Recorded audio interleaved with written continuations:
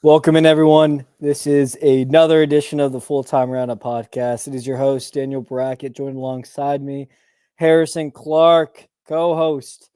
We're doing this on a bi-weekly basis at this point, just because our lives are busy, and it's sometimes fun to kind of have a huge sample size of games to choose from. So, we'll talk about this weekend's games, Champions League, as well as results from last week that we feel like stuck out like a sore thumb that we need to talk about. Harrison, you were in the great state of New York earlier this weekend for UNC basketball. Big win. How was that? It was a blast. Got to see some buddies that I haven't seen in a while. It's a quality weekend. Cold, a lot of snow on the ground in New York. Well, not a lot, but we were getting some On the flurries. city, but upstate for sure. Yeah, in the city we were getting flurries throughout the weekend, so it made for some quality 2 a.m. walks. But other than that, yeah, it was a blast, and the Heels got one done, which they needed bad. So Yeah. I'm ready to talk some ball. They've been pretty down bad, but glad they were able to rebound there. It is pretty cold in Raleigh. We are not together, but we are in the vicinity. It's around 40 degrees and sunny today. Really hoping it would be kind of like Thanksgiving, where it was like, not bad in the 50s, so I could play some golf this week. But not doing that. But I do have some nice PTO. Hope everyone else who's listening right now had some nice time off around Christmas. Wish you happy holidays and everything as well from Harrison and I. So, Harrison, let's jump right in here. I got a new setup, by the way, if you're watching on YouTube at the parents' house here. I'm cozy up like you are. Sure. But I'm trying to think of what to cover first. I think that this continued Man City downfall is, Comedy. dude, it's insane because last time we're like, all right, it's bad, but at some point it's gonna like click and they'll just go back to normal. And they continued to slip since then. They've lost, they tied Crystal Palace, they lost to Juventus, they lost to Manchester United, and then they lost to Aston Villa this weekend. It is really bad. The only win was a forced win since October 26th. There was like a stat where, if you compare the last like 2 months of soccer, they'd be below Southampton in the relegation fight, which is truly remarkable if you really think about a team that's won everything there is to win and more for the last 5 years and have dominated the English Premier League. Yeah, I don't. I mean, we're on full on crisis mode with Man City, and that's just a point I never thought that we would get to. No. It's actually unfathomable to me, and they just have an inability right now to win a game. The United game, I was left kind of speechless at what was going on. Those 2 goal concessions were awful. Dreadful. But then the goal they scored was like all 3 were the most trash goals of all time. Like a deflection for Gavardiol, and then just 2 like Mateus Nunes bad back pass for a penalty, and then just like ball watching on Diallo's third. Like it was just like awful. Putrid. And then this weekend, Villa, just really a big win for Villa. Like they've been struggling recently, especially playing a lot of Champions League as well. It's been tough for them to balance both leagues. So for them to pick that one up at home obviously is massive. And considering that City are falling like crazy right now, who knows? Villa might sneak up into that 4 or 5 range. They're already close to it. They're 6 or 7, I believe, right now. So, I mean, I really don't know where to go from here. They seem like they can't get anything going offensively. Like Haaland's gone dry all of a sudden. Didn't think we'd be talking about Erling Haaland all of a sudden not being able to score a goal. They're in shambles. Their midfield's been in shambles for a while. Defensively, it's not great. I mean, Kyle Walker kind of starting to show his age a little bit. And really their back line, like I don't know what's going on. And like I just don't see a world where they sack Pep. Like I don't think they'll do that. I think Pep would walk away first. Yeah, but he did just sign another extension. So like I don't know. It's crazy times at City, and frankly, like there's I don't see how this can happen much longer. Like they're too good. Their players are too good, and Pep's system is too good for them to do this forever. But so I think a charge is inevitable at some point. But right now, it's the worst it could possibly be. Well, the good news is they do play Everton next on Boxing Day. That is not an Dude, easy game. they've been pesky. I think. I mean, what Everton have drawn Arsenal and Chelsea Past 2 the weeks. past 2 weeks, so like playing anti football basically, and we'll get to that in a little bit. Sean's on special. But yeah, like that's going to be a tough game. But they get a gimme at. They're going to just like they might beat Leicester by 7 potentially on the 29th. That's like that's I'm going to pencil in a win there. And then they play West Ham, and that's also a pretty winnable game. So sorry, my dog's here. Shavi, get away. He's playing with a tennis ball like he's trying to play soccer. But yeah, it's not a great fixture window, once you hit January. So it'll be pretty interesting. But yeah, I think that there's a couple things that I mean, like you mentioned, it's unfallible. I've been trying to think through the City downfall, and like, I think it's not always just one thing; it's a multitude of things, kind of all going bad at once. But when I think about it personally, I just think that they haven't. I think Pep has not. Pep, when he came in for the first 4 years, was ruthless. I mean, the guy would move on from players even at basically their peak because he thought they would kind of drop back into form. And I feel like the last couple years he's done less of that, bringing back Gundogan, keeping Bernardo Silva, Kevin De Bruyne. I mean, obviously Rodri gets injured, and then you have like Jack Grealish who hasn't scored a goal in like almost a calendar year. You're bringing in Savino and Daku, who are very unfinished products, and so Gvardiol was a good buy, but everyone else on the back line like has kind of regressed, especially Kyle Walker, who's showing his age. I feel like some of these players are just showing their age. I mean, this Man City team has been playing 60, 70 games a year now Yeah, for 5 years in a row. They've won the Champions League. They've dominated the Premier League. They've won the FA Cup, the EFL, the Carabao, everything.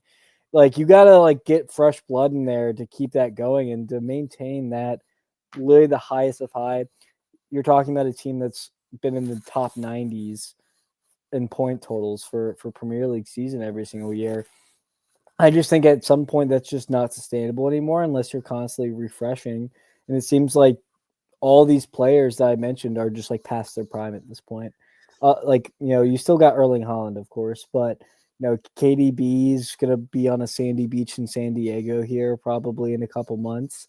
Bernardo Silva will go play somewhere, but his legs look shot. Gundogan, completely polar opposite of a player that he was. So, done. and then so you have that. That's the squad, right? Yeah, And then you have a manager who's been there for 5 to 10 years. Usually things can get stale at some point. I mean, we saw it with Jurgen Klopp.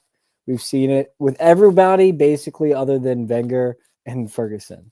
I feel like you gotta move on at some tenure because the Premier League is so competitive that you can't. There's only so many times you can reinvent yourself, and then you have to charge the 115 FFP charges. That's kind of hanging over their head in January. And sorry, I'm going on such a tangent, but I think they know something about that. And I mean, maybe not, but I feel like that's kind of affected them too. And Pep also has sold every single good youngster they've ever had. yeah, Cole Palmer, Brian Diaz, Jadon Sancho, all these guys, Bino Gittins for Dortmund. Like he hasn't trusted youth at all during his tenure, and I feel like that's coming to haunt him now.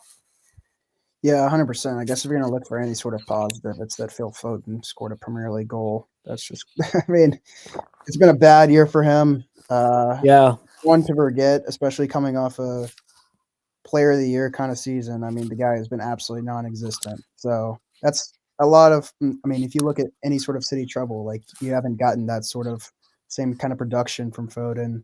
I mean, De Bruyne has missed time. Anyone. Those kind of core players you just haven't got enough from. So plus obviously we've mentioned multiple times Rodri's gone and it changes everything. So we'll see if they're on the up and up soon. Maybe they can get past. Is it? Did you say Everton's next or that's Leicester? Everton's next on Boxing Day, then Leicester, then West Ham, and then Salford.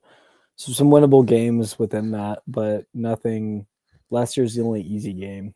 Yeah, so they could beat West Ham, I think, but they should. West Ham's maybe the most fraudulent team in the league, but yeah, they're not good. I mean, if you gotta, at some point this has got to end, and you got to think that at some point they'll have some sort of charge, but it's bad. It's bad right now. The defensive lapses is what shocks me. I mean, these giveaways. No Diaz doesn't help either. I mean, he's bad. obviously kind of the stalwart back there, but Yeah, you're not used to City having the kind of blunders that they're having.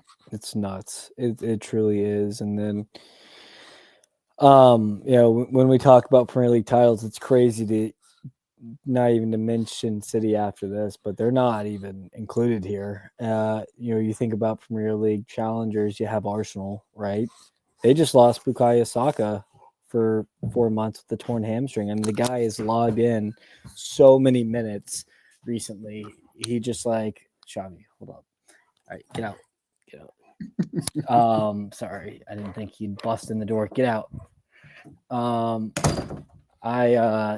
He's logged in so many minutes over the years. He's 23 and has an absurd amount. He, finally goes down with his hamstring, and we saw how Arsenal were without Odegaard early in the season. It wasn't good. I can't imagine what they're going to be like without Saka. It's going to be bad, I think. He's so pivotal for them. Yeah. I mean, dude, losing him for they're saying potentially till February. They're going to miss bad. They're going to miss him for well over a month. And considering the position that they're in, attempting to get back into the top 2 at least, that's a tough loss. Now, we'll say all of a sudden Gabriel Jesus pops out of nowhere, and the guy all of a sudden is finding the goals. I think he scored a hat trick in their cup game this past week, and then he scored 2 on the weekend. So maybe they found at least another kind of source for goals. They're going to need it considering that Saka's gone down. So, it's kind of dire, and injuries have played a huge part into why Arsenal are where they are, and haven't necessarily been able to challenge as closely to Liverpool as they would like. But I mean, losing Saka is brutal. Yeah. You did. I mean, you are correct about Gabriel Jesus. He has found goals. I'm not going to bet my bottom dollar that guy is going to keep banging in goals. So, maybe he does. He does like playing right wing. He apparently, they signed him as a forward. They gave him the number 9, and then he talks about all the time how he hates playing striker and he likes playing on the wing. So maybe he does find some magic there for a little bit. But yeah, I mean, I don't. They score off set pieces. They've looked a little bit better the last week in terms of open play. But when you play it in Everton, you draw 0-0. That gives teams a blueprint to play against them. So we'll see. I don't see them challenging for the Premier League title with this Bukayo Saka injury, unless one of the wingers who's not picked up the slack, like Trossard or Martinelli, just start banging in goals left or right. Maybe Havertz. I just don't see any of those guys doing that. So, I'm not. I think they're still a good team. They'll still get Champions League, of course. Let's not go crazy. That's unfortunate because I was ready for. This is their chance. If he wasn't injured, I was ready for Raheem Sterling to pick up the slack. But man, God. I don't. Yeah, really unfortunate. It is. I guess you could call it that. And then,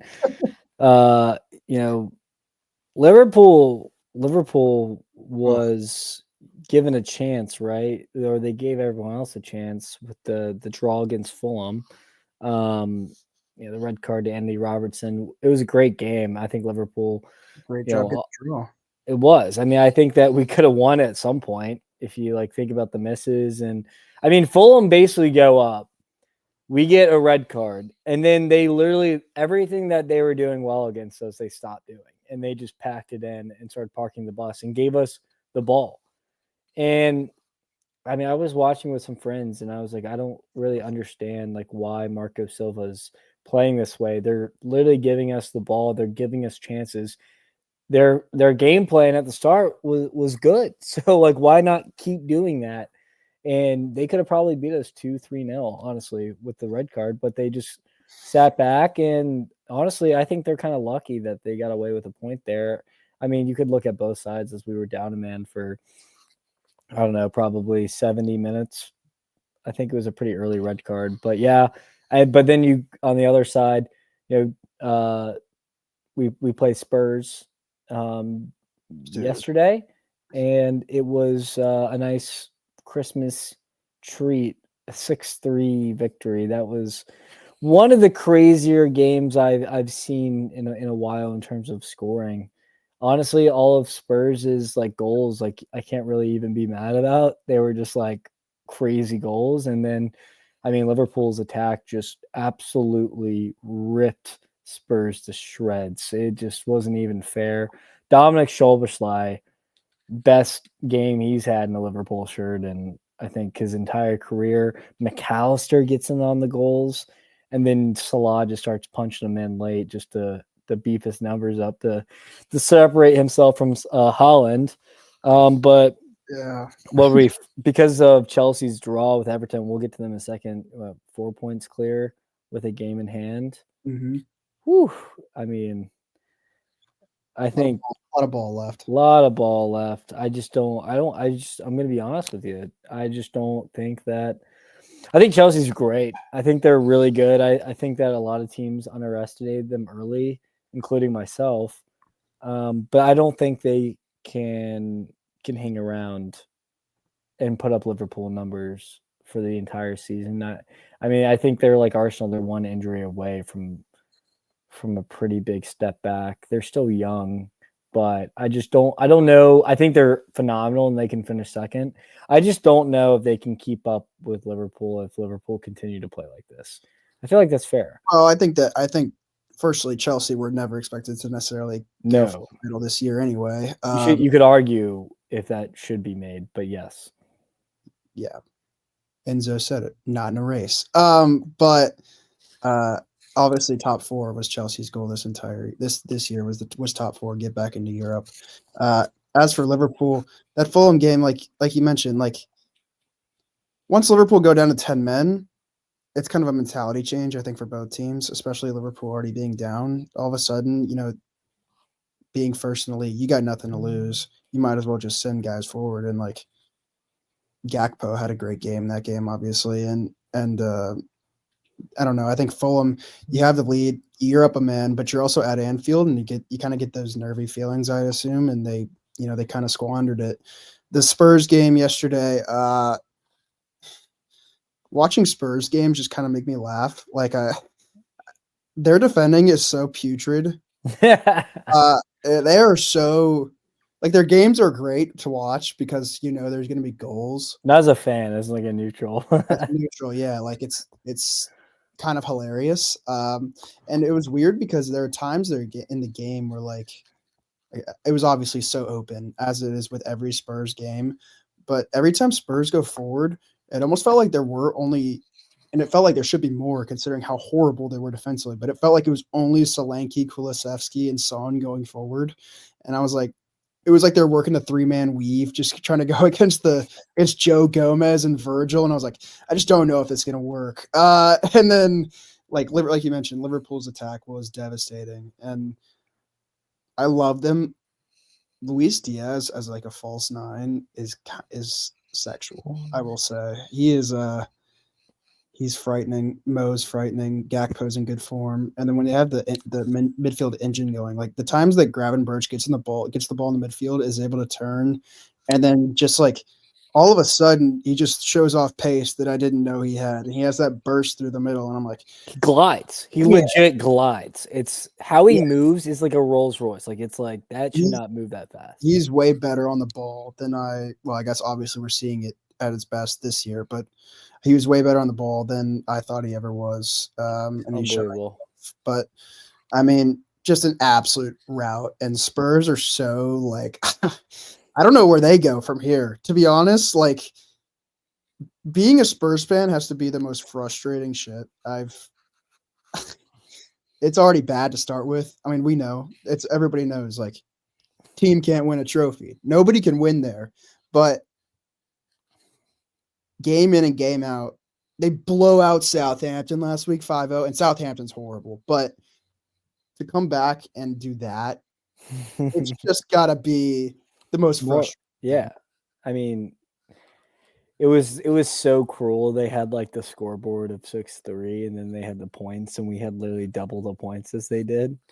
I like took a picture and sent it to my Spurs friend, and I was Not like, to mention, they got. I mean, every time Fraser Forster gets the ball, my man's got to kick it away. "Oh, It's it's how horrific." yeah, It's I can understand them getting the same sort of nerves when he has the ball at his feet as Chelsea fans do with Robert Sanchez. Because boy, there was a turnover about 10 minutes into that game yesterday where he dude. literally just passed it straight to Mo Salah, and I was like, "What are you doing, man?" Yeah, no, it's bad.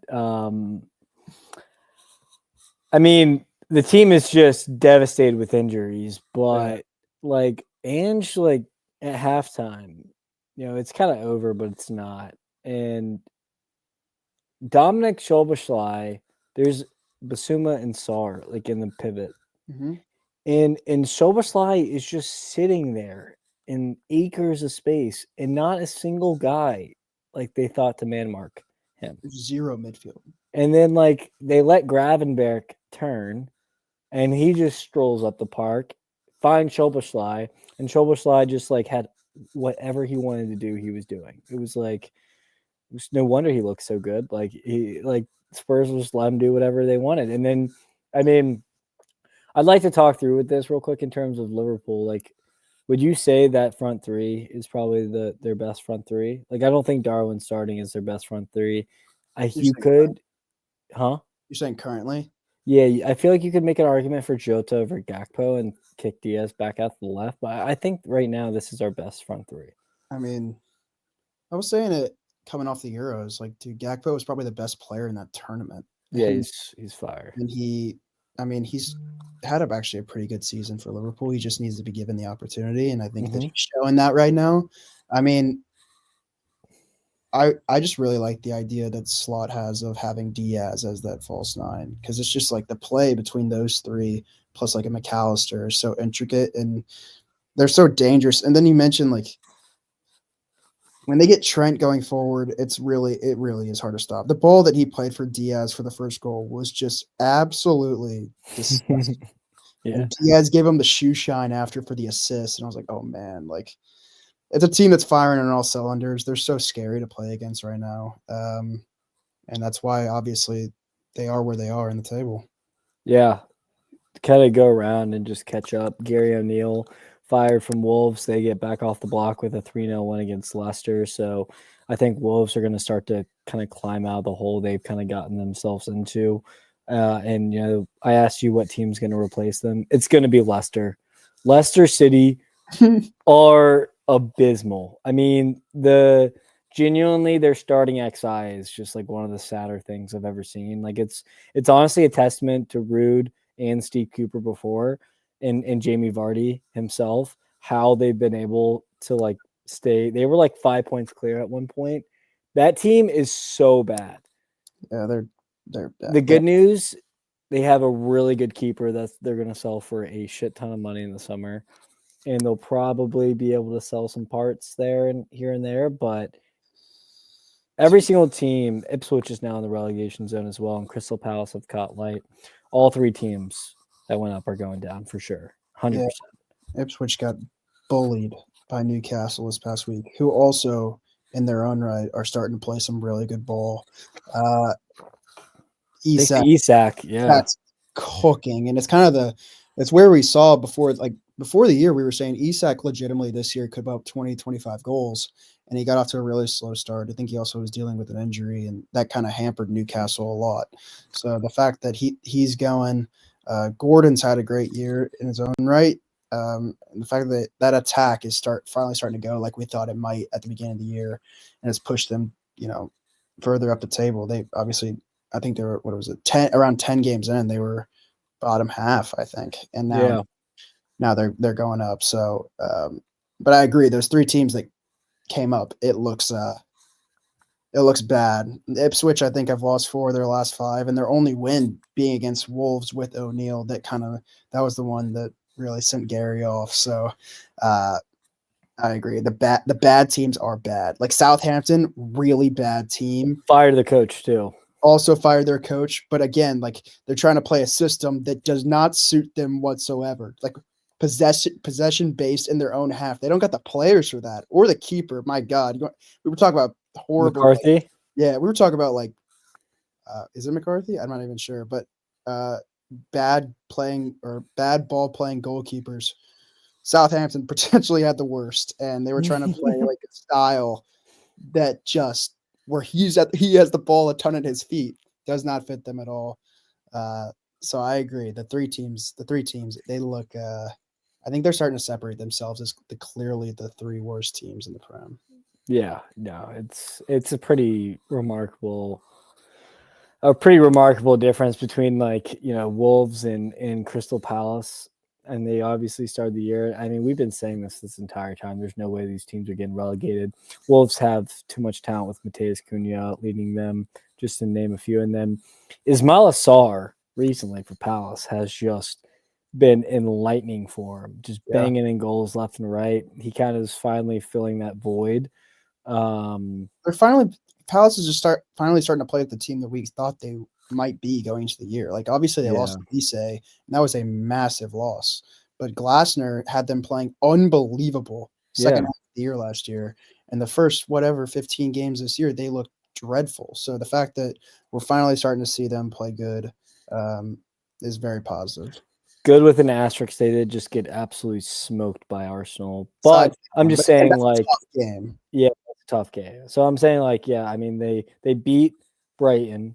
They lose to Arsenal twice in a row. They tie City, and then they beat Ipswich. That's about right. Better. I It's mean, better than it was. it's better than average, especially tying City and beating Brighton, who Brighton are the definition of mid. They like have apparently in the last like year they've drawn, won, and tied all the equal amount of games, Dude, or something. they're the weirdest team this year specifically. Brighton, like they will they'll give the tough teams a really good match, and then the teams that they're supposed to beat, it's like I don't know, it could go either way at the end of the games. Yeah, coach is figuring it out, I think, and with they had a lot of players come in the summer, and so I think he's kind of Yeah. working through that youth. But yeah, and then you got Forest and Villa, like you mentioned, just continue Forest, to Forest Forest. especially The fact that Nottingham Forest is are they third right now? fourth, I Okay. think. For momentarily on Saturday, they were in third after beating Brentford in the morning. And I actually ended up watching that game like the full 90. I was just crashing on my friend's couch in his apartment in New York City. And I was just, guys were waking up from their rooms, walking out. They're like, what are you doing? I'm like, I'm watching Brentford Forest. What do you mean? What am I doing? This team's unbelievable. Uh, they got it. They're so impressive. They are. It's Yeah, crazy to me. Like, Chris Wood obviously is having a great year, but even this week, like Hudson Odoi was getting involved. Nico Williams having a great year. Is it Nico? Is that his name? Nico Williams. Yep. Yeah. I mean, I guess yeah, but I mean, yeah, they're Alanga having a great year. I was next to my friend. I was sitting next to my friend Pat while we were watching the game, and he was like, he's a Man U fan, so he's kind of the switch is off right now. Like he really doesn't care that much about United, and he was like, "Wait, is that Anthony Alanga?" I was like, "Yeah, dude, Forrest Lightning bolt. playing good this year." He's like, "Damn, I kind of miss him." I was like, "Yeah, I think a lot of United miss him too." So Ralph Rangnick was the guy who brought him up, and they like cast him off as soon as he left, and he like had a really good season that year. yeah, yeah, That's what like the Manchester City and Manchester United like I've seen. They like they'll like a youngster will catch fire and then they'll just ship him off the next year.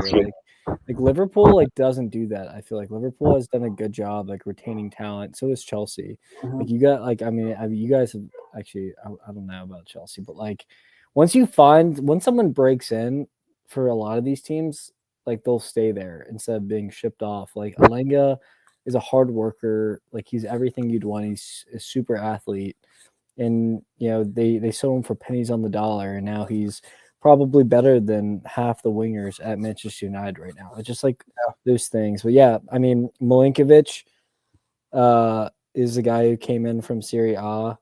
I mean, they signed Marazzo, and then they have Murillo, and that back three is just like So good. those are men. Those Yeah, are men. and they're good with their feet too. Like Yeah. Mario during that game was spraying some balls out, and I was like, Yeah. damn, all right. Yeah, and then Elliot Anderson like has replaced Danilo, who like hasn't played all season, who's like their heart of midfield. He came from, a wonder kid from Newcastle that they had to ship off. Like he's started playing well, and then you got Morgan Gibbs White that you can throw on. They like these like signings that no one really talked about are starting to kind of pay off here. They've built more of a James Ward-Prowse is like just sitting on the bench now, not even playing, which is crazy to even think about. But yeah, no, they're a good team, and I look forward to seeing what they can continue to do. They're just a hard team. I believe a lot that they can make top four. I think top five. I think top five for sure. I just like played, I believe, European soccer since the early '90s. Was it? Yeah, it's crazy. It's crazy. But and then the last thing I wanted to talk about, I'm gonna pause real quick just because I gotta get my charger real quick. But we're gonna come back here and talk about United, the tale of 2 weeks as they beat City and then get absolutely demoralized by Bournemouth. Be right back. We're back. Thank you for the patience here, Harry. So tale of 2 games here, Manchester United against City.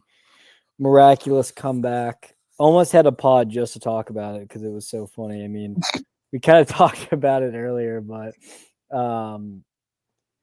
just like the 2 giveaways that City like threw away were just crazy. Amad Diallo is just in lightning form right now, and it's hilarious because you have a player like Marcus Rashford who is like the chosen one, who doesn't like thinks he's too good to press and play defense and is like lazy and has a shit attitude and cares more about his like social status than being a footballer.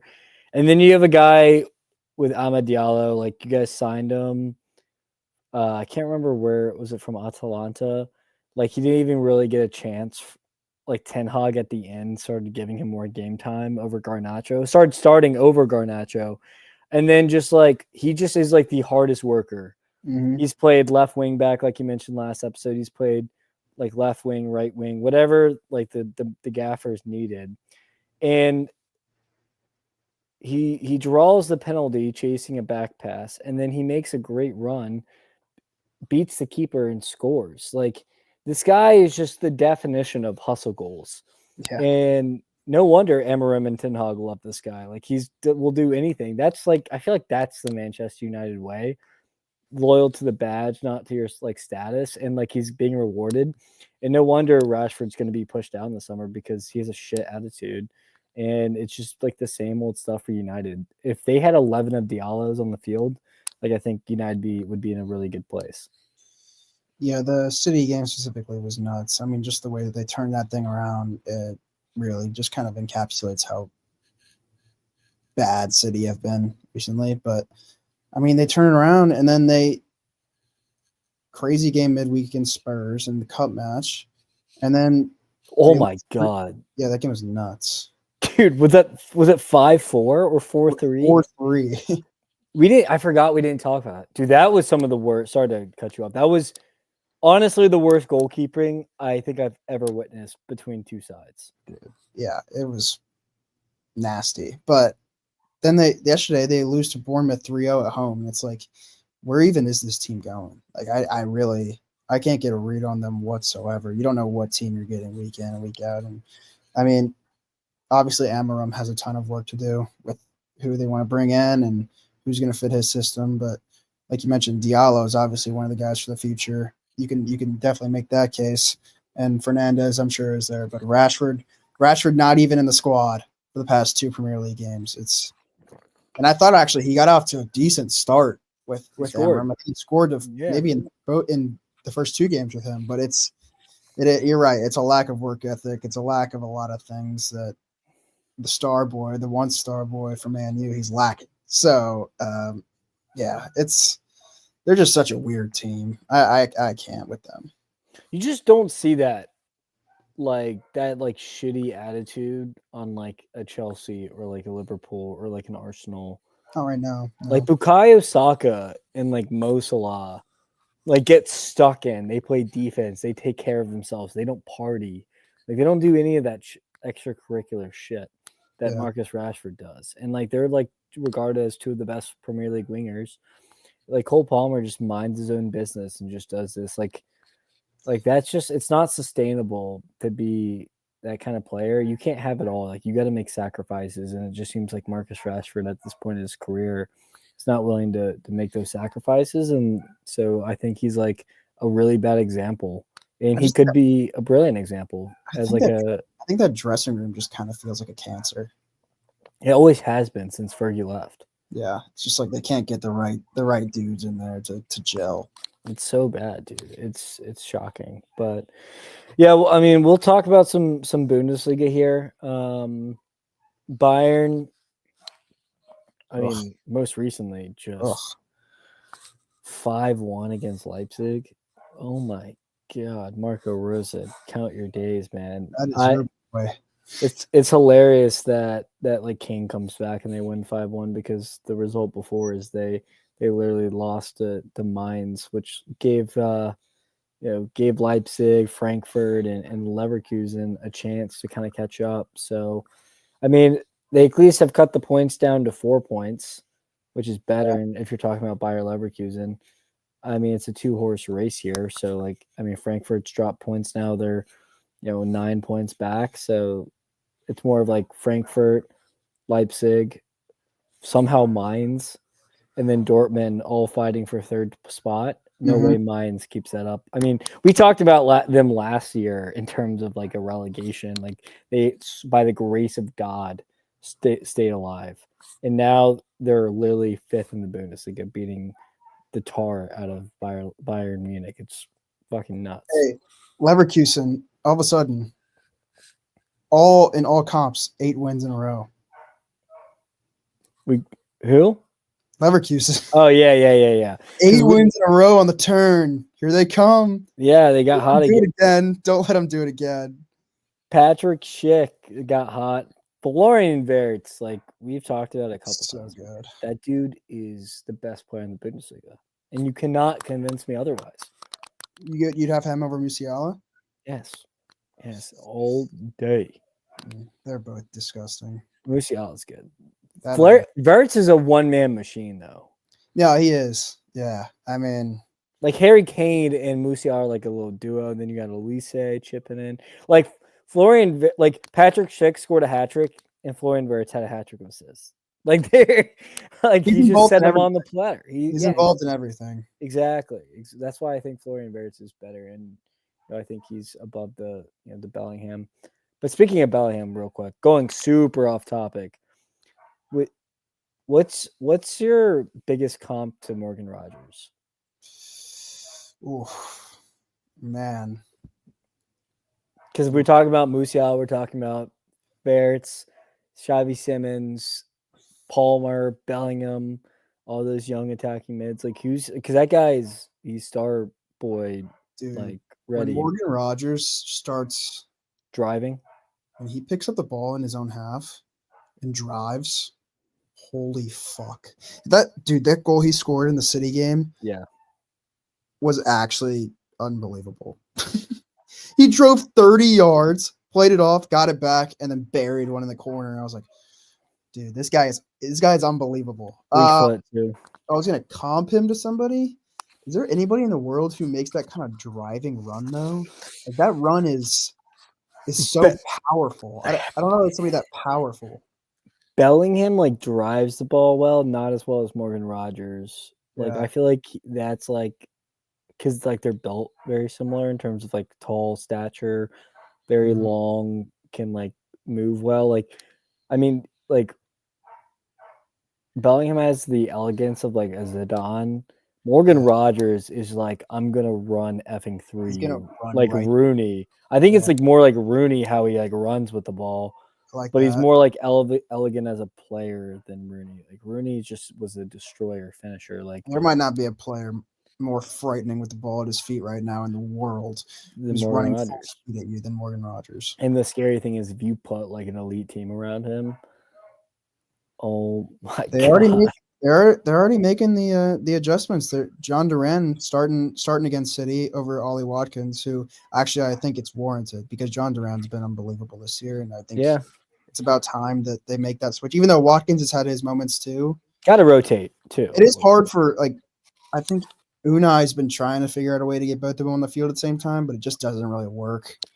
Uh, and I think that right now you just kind of run with the hot hand, and whoever's got it, you just let them play. I think that's a very fair analysis there. And then La Liga, it's like the biggest hot potato of all time. Just a hodgepodge. I mean, last week you see Real Madrid tie first to Rayo Vallecano, and then Barcelona lose to Leganés, and then Dude. like Real Madrid get a win this week, and then Barca go up against Atletico Madrid and then lose. Also, another factor here, I was saying how like Real Madrid are like shite, and since I've said that, Kylian Mbappe has just like decided to turn it on and is banging in worldies now outside the box. Yeah, that was I, a nasty goal. he got his self-confidence back. And I heard a hot take on Twitter. I'd like to hear your thoughts. Obviously, you have Lewandowski as top goal scorer, so you're not going to want to hear this, but I think there is I think there's a way that Mbappe just the second half of the season goes nuclear, and he is, I think it's the Pinchy, it's the top goal scoring award in Spain. I think that's very doable at There's this rate. definitely an avenue for it. I mean, he takes the penalties. That always helps a lot also. But I just think we haven't seen the best of him yet. And that's kind of a scary thought considering he's third in the league in scoring and we haven't really seen good Mbappe at all.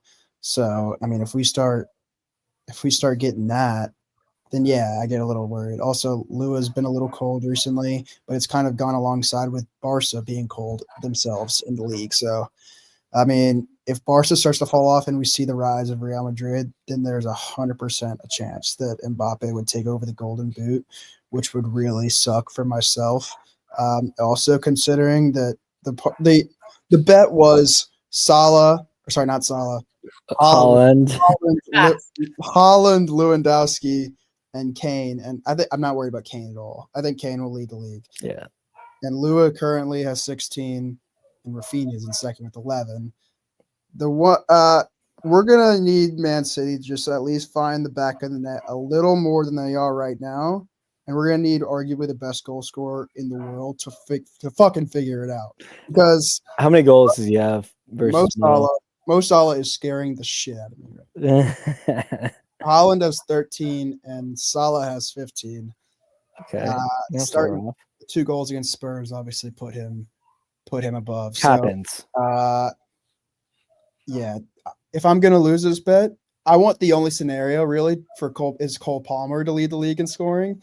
But again, I'm getting a little nervy because I did have a cash out option, and that is not. We talked about it. That it is was not a nice cash out. That is not available anymore. So, yeah, we're gonna need to figure it out. But to go back, like if Madrid start to get hot, which it appears they might be starting to turn a corner a little bit, then Mbappe probably be right at the forefront of that. Yeah, it's a scary thought, and we wrote them off, kind of. We sort of did. You 100%. Did. I definitely did. You said Barca tickets in right now. I knew that there'd be some like reversion to the mean for Barca, but they like completely lost their mojo. Kind of lost in all of it is the fact that it's Atletico who's winning the league right now. Yeah. Also, Atletico just decided to like put it like 10 performances to go nuclear. In a row. Yeah. Which is, it's really funny. Like soccer is such like a fickle sport in terms of like there's so many games, like a team, and like, I mean, this is like the same applies for many other sports, but like you can like lose like 5 or 6 straight, and then you could like win 10 in a row, like Atletico did. There was a point where we were talking about it months ago where Atletico couldn't win a game for like a month, and Yeah. then it just like turns in the tide. They just like were in like 10th, and now they're in third again. Mm-hmm. It's like crazy how that works. I feel like one of the big factors also is that this year they've actually like taken care of business on the road. Like I think in the past it's kind of been like The you see, Wanda. it's like the classic. You look on your sports book to see if you want to bet Atletico. They're on the road against a much inferior team in the La Liga. The line only says 120. You're like, there's no way they're losing this one. And then obviously the biggest trap in the world, Atletico falters. They've kind of taken care of business on the road, which has helped them obviously a ton in the table. No, absolutely. It's I mean, let's see what the table is right now. Like, what do you think here? Like, are you scared? It's 40 like Atletico now are 41, Real Madrid at 40, and Barcelona with the game in hand, which is tragic, 3 points behind. I mean, right now, because this shit changes all the time. Like teams have good run of form, teams don't. I think Real Madrid, with the kind of talent they have, definitely have the sustainability to win this league. Uh, like I think Barcelona, they got to get back to what they were doing, or else they're cooked. Like, and they're already 3 points back, having played one more game. So I'm kind of getting nervous for them already. Yeah. I don't know if Atletico have the title winning capability yet. I'm not sold on. I agree. I I'm think not it's gonna sold. be Real Madrid. If I was going to put money on it right now, I'd pick Real Madrid, which is just something that I actually thought they were dead. So Yeah, I did I don't too. know. I mean, They're still Tsunami's playing center back, they're still bro. kind of mediocre though. They are still kind of mediocre. Like they're not winning games every weekend. It's they Yeah, have their moments. They show their great flashes, like we saw this past weekend. But I would say that talent wise, and like I'd put my money probably over on Carlo more than anything. yeah. Tsunami's playing center back. Like Valverde's like helping at left back and right back.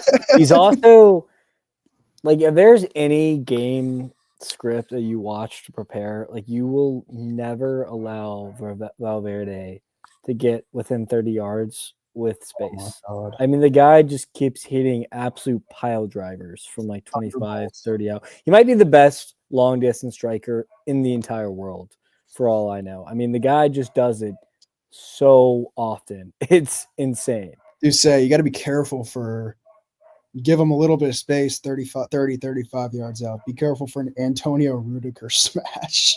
I've seen it a couple times. Also Every once in a while, Trent can hit him. Trent's a good shooter. He's a little bit I feel like he's more finesse than power, even though he scored some crackers in his career. Valverde just literally, I haven't seen a guy strike a ball so purely since like Pulverizing. Stevie, like Steve and Gerrard used and like Rooney, dude. They would literally like you would think that the what is it, the stitches of the ball would like Mm. almost like come and hinge when they'd strike it. Like Lampard too, just like absolute like stone feats. Gerard used to hit hit The missiles. ball would like blur on the TV screen at times when he would strike. Like that is how I feel when isn't that Ernesto? When Fede Valverde just strikes a ball. It's just so It's pure. It's beautiful. frightening. And the Yeah. ball like has all this types of movement. Slats. Like it just it defies physics. Like it's Yeah, no, he's unbelievable. he's a knuckle merchant. He's a knuckle He merchant. is, and Brahim Diaz has really picked up his play. Rodrigo's back from injury. Mbappe finally starting to do his part. The defense is what scares me for Real Madrid Yeah. more than anything else. Like I don't think you can. But then like Arda Güler, like he can't start. If they want to win games, in my opinion, he's just not.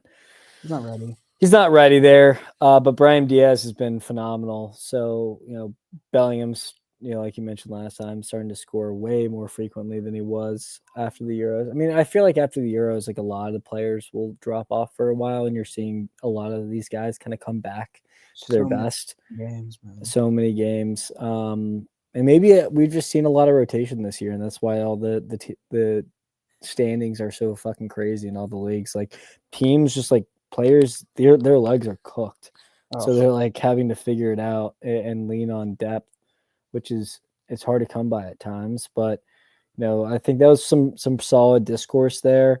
If you had to put money, if are you going back on your ticket now? Like, you think Barca? You think this is still Barca's league?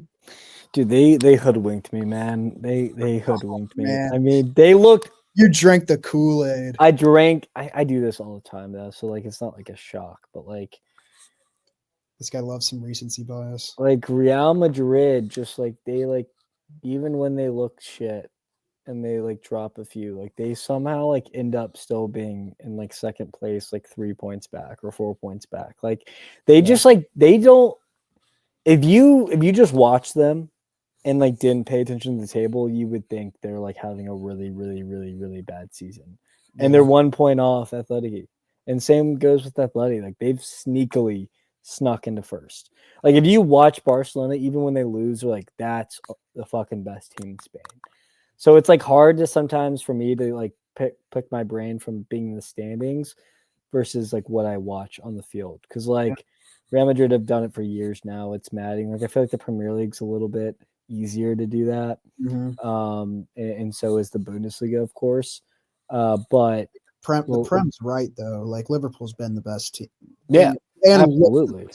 and I think the table is correct actually for like Liverpool first and Chelsea second. Like I think Chelsea's looked the second best team this year.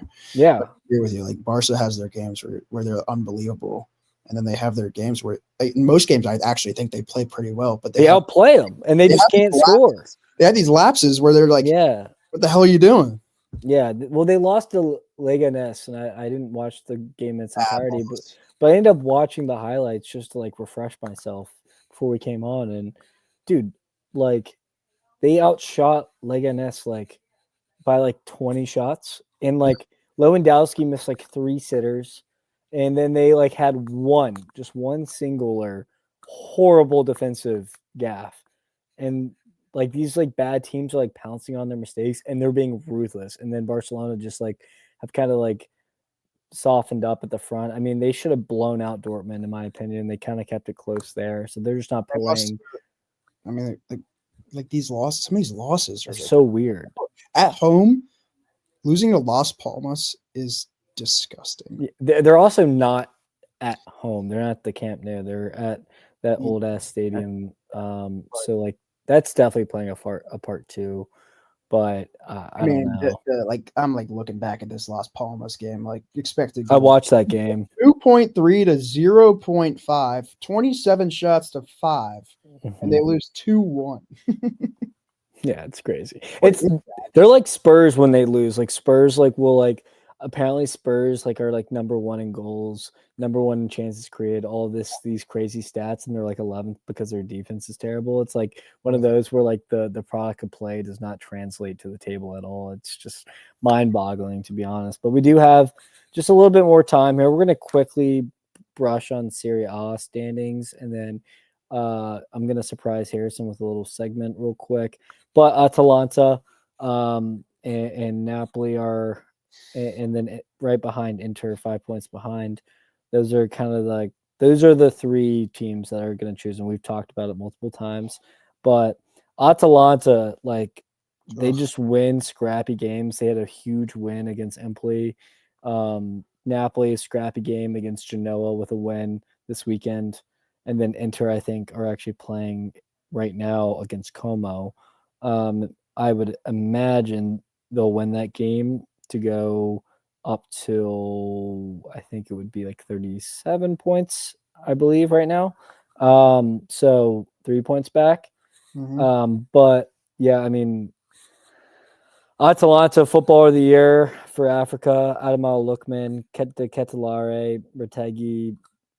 They like I think, selling Coop Miners for a lot of money and then like going and signing all these like Brashani and a couple other players that they've signed. I think what's Samardzic or whatever his name is. Like they just like have a really nice squad.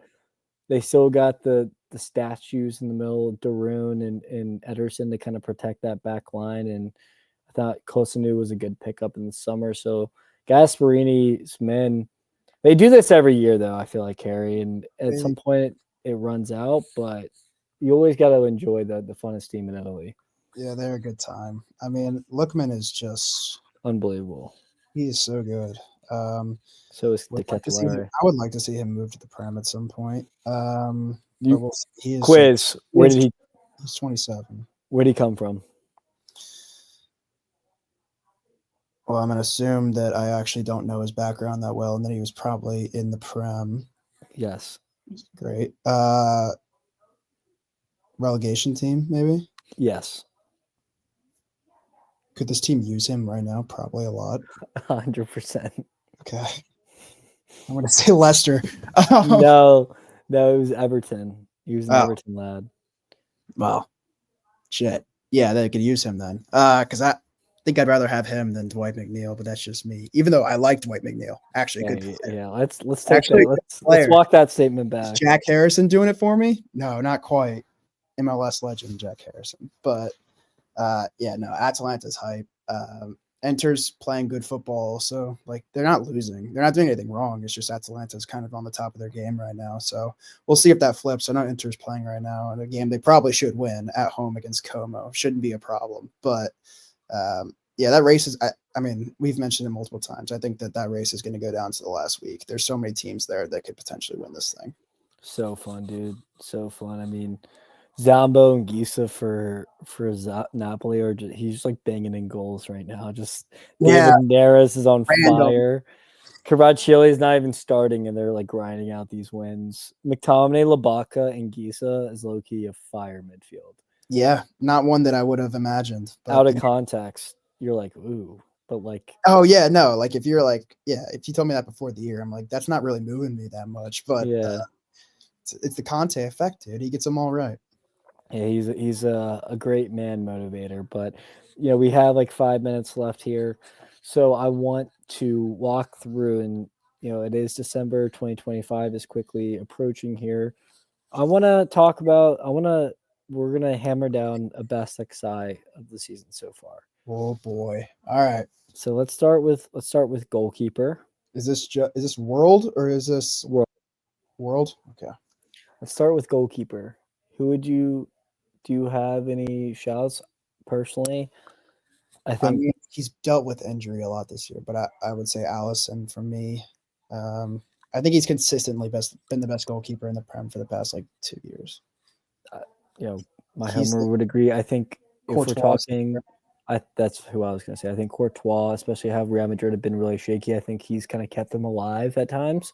Yeah, Based off availability of playing more games, I think we should go with Tebow in this case. Now, that's me saying that's passing up on Allison. I just want to make that known. that's fair. Um, Tebow's Tebow's been insane. but you'd also, I mean, if you throw in Allison, you have to throw in Kelleher just as like a shout because came in and was phenomenal. But yeah, I think Tebow should be our goalkeeper. I like that. Right back. I'm going Trent. I'm going with Trent as well. Okay, I wanted you to say that, not me. So He's been unreal.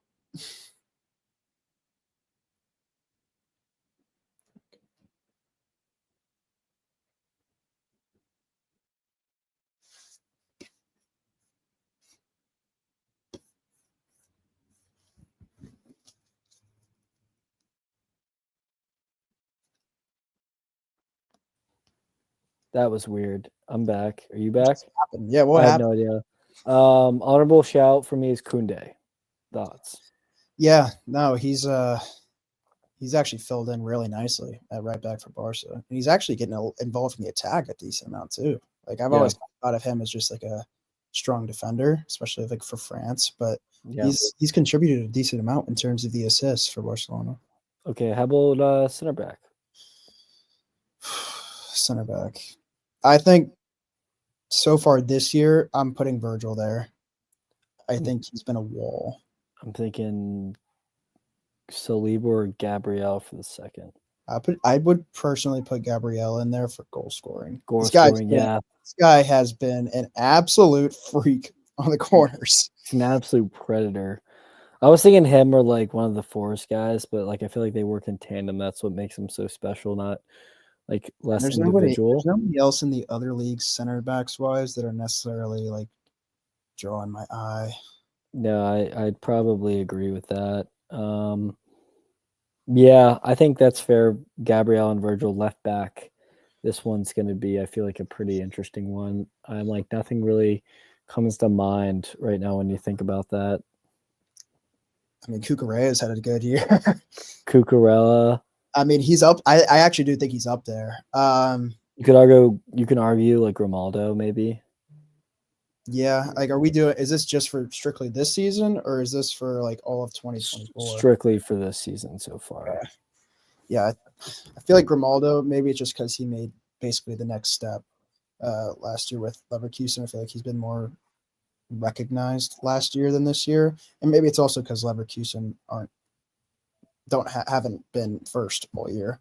But there's like some low key names I think you could throw in there. Like, I don't know if it stats wise it necessarily backs it up, but like Balday's been amazing for Kerkees. Balday's yeah, been good. Kerkees from Bournemouth. He's yeah. been good. Anthony Robinson's been insane. He has been good. He's been Yeah. the best player rated in the Premier League for left back this season. So, honorable shouts. I think Cuckoo is pretty good. I'm gonna back my boy. I think that's fair. I think that's fair. Holding midfielder. What kind of formation are we playing? Just one holding mid? 4-3-3. Okay. So name what any midfielder, but I mean I think Gravenberch is top 3 midfielder of this year. I think Caicedo's there too. Really? Caicedo over Enzo and Moises Caicedo, you could argue should be the first name on the T sheet over Cole Palmer. wow. He's been unbelievable. He goes into tackles so viciously. I know. It's so funny. Takes dudes out. Yeah. I'm on Chelsea Twitter way too much. Everyone's like, we found our Conte regen. Yeah. All right. So we throw those two out. Okay. Verts. There, he's definitely there. Yeah. He has to be the 10. So is there any other midfielders that were like Pedri's been really good? Pedri's been great. I mean, I feel like Bellingham just got hot, so that's like recency bias. I'm not putting him in there. I'm not putting him in there either. Definitely not anyone from City. No. Odegaard was injured for a while. Can't put him there. Cole Palmer is like he's been good. He's been really good. I mean, I feel like you got to decide between Cole Palmer and Caicedo because I think Gravenberch has been. I'll let you have too if you give me Cole over Caicedo. Yeah, I'll let you have. Okay, that's fair. We'll do that. And then for right wing, I feel like it's not a debate. You got to put Mo. Yes. For striker, world striker so far this year. I honestly think with how impressive it is with his age, I would put Lua there. Yeah, I think you could make an argument for Lua. It's a shame that Isak is like hot and cold because he's been insane. Yeah, he's starting to cook now. So I haven't seen it long enough yet. Yeah, I agree. I mean, Lewandowski has 16 fucking goals so far. So, I mean, Mo Salah is having a historic season. Lua has one more goal in the league than he does. Yeah. And then I'd say left wing, Rafinha. Vinny's there too. I think Rafinha's been better than Vinny. Goals and assist wise, yeah. I think that, and Rafinha's captaining the team now, which is kind of crazy. I never thought that Rafinha was going to be a captain of Barcelona. I mean, crazy that Rafinha has been better than Lamal, and Lamal is probably the best out of Lewandowski and Rafinha if you think about it. But yeah, no, I agree. I'm cool with Rafinha. I think he's been sensational. Okay, so we got Thibaut, Trent, Verge, Gabriel, Cuckoo, Cole Palmer, Gravenberch, Verts, Salah, Lewandowski, Rafinha. I think that's a pretty solid XI for the start of 2024. Not bad considering you threw this segment at me 5 seconds before. I know. That's what I wanted to surprise. I wanted to think on our feet. Yeah. I think we thought through that pretty well though. Obviously Serie A is like snubbed. You could probably have thrown in Lukman or De Ketelaere. Lookman is a good argument. I just don't know if if you're gonna pick like a center back, you could probably make an argument for one of the Inter boys, but Bastoni probably, yeah. Bastoni, I would say, but I don't know. They're just not like blue chip. Like that's not a blue chip league yet. Like that's like a feeder into being a blue chip player is like playing and cutting your teeth in Serie A, in my opinion. Correct. So that's why La Liga and Premier League especially hold more weight. I mean, Harry Kane got snubbed. Musiala got snubbed. So I mean, to be fair, Harry Kane scores a goal a game. yeah. Maybe Harry Kane over Lewandowski. Tough record to argue with. Should we change Harry Kane for Lewandowski? I'm just more impressed with the fact that Lou is doing it. 36. Yeah, that's fair. Yeah. It's fair. Well, thank you guys for showing up today. We'll be back during the new year. I hope you guys enjoy Boxing Day as well. It's one of the best times of the year. Just a whole slate of games from 7:30 all the way to I think 2:30 is the last game where that kicks off. So that should be a lot of fun. Harrison, I hope you have a Merry Christmas. I'll see you soon, man. And you guys take care.